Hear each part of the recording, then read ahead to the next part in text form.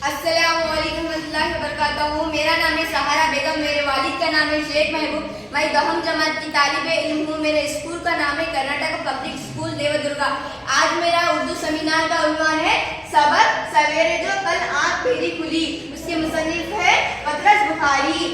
चलिए उसके अल्फाज माने पढ़ते हैं। शामत आफत, बेदारी जागना, आफत मुसीबत, खतीब नाजुक, मशरिस्तान हश्र का मैदान, जल तरंग मौसीकी का आला, ईश्वर भगवान, मुताल्ला और महजुबाना पर्दा किया गया। चलिए मुसन्निफ पतरस बुखारी के तारुफ पढ़ते हैं। नाम सैयद अहमद शाह बुखारी, पदवी नाम पतरस बुखारी, पैदाइश 1898, मजमुआ पतरस के मुकामी, इंतकाल 1958। चलिए इसी के साथ हम सबक शुरू करते हैं।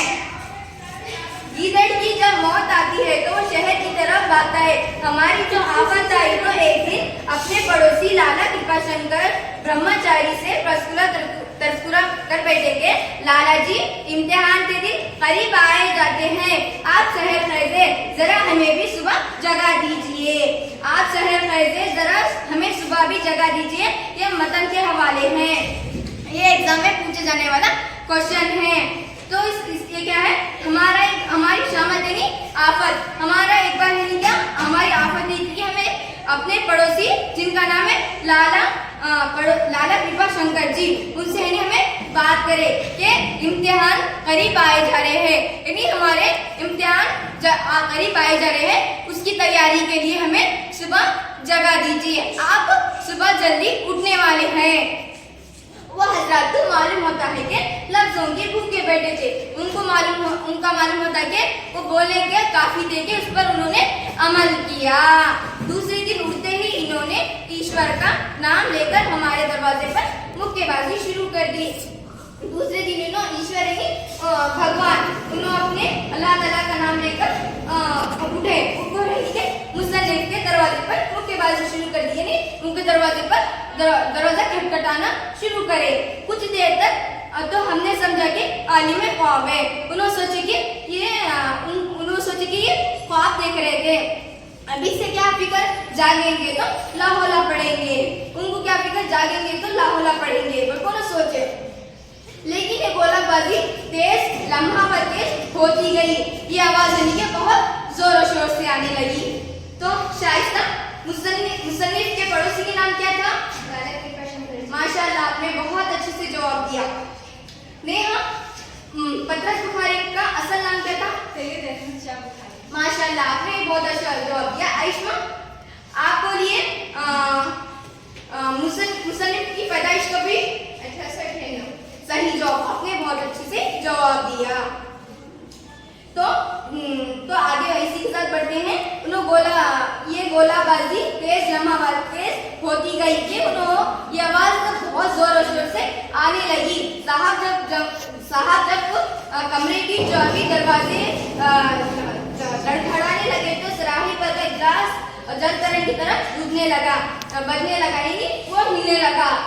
तो ये गिलास रखा हुआ और दीवार पर लटका हुआ कैलेंडर पेंडुलम की तरह हलने लगा तो बेदारी का घायल होना पड़ा। वो लटकाया हुआ जो कैलेंडर है पेंडुलम की तरह हलने लगा तो उन्हें बेदारी का घायल होना पड़ा, यानी उन्हें इस आवाज से उन्हें जागना ही पड़ा।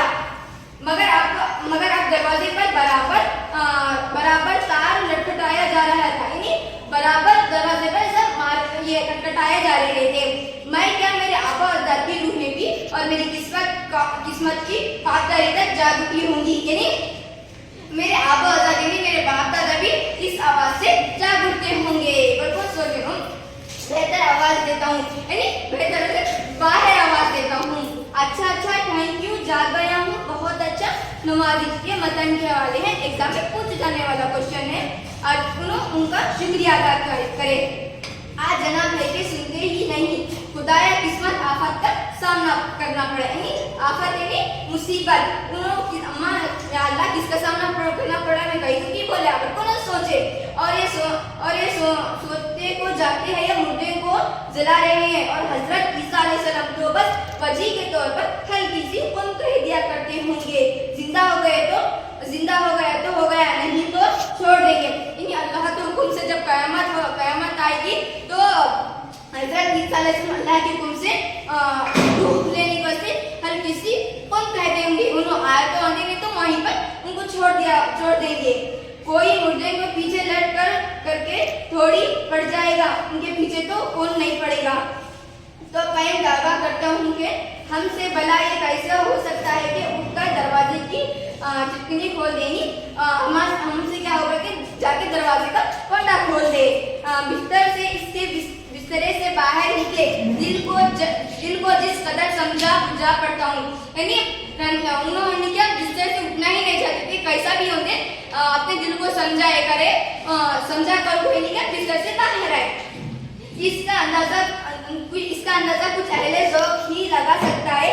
आखिरकार जब लैंप जलाया तो इनके बाहर से रोशनी नजर आई, यानी इन्होंने लाइट ऑन की तो बाहर से रोशनी नजर आई।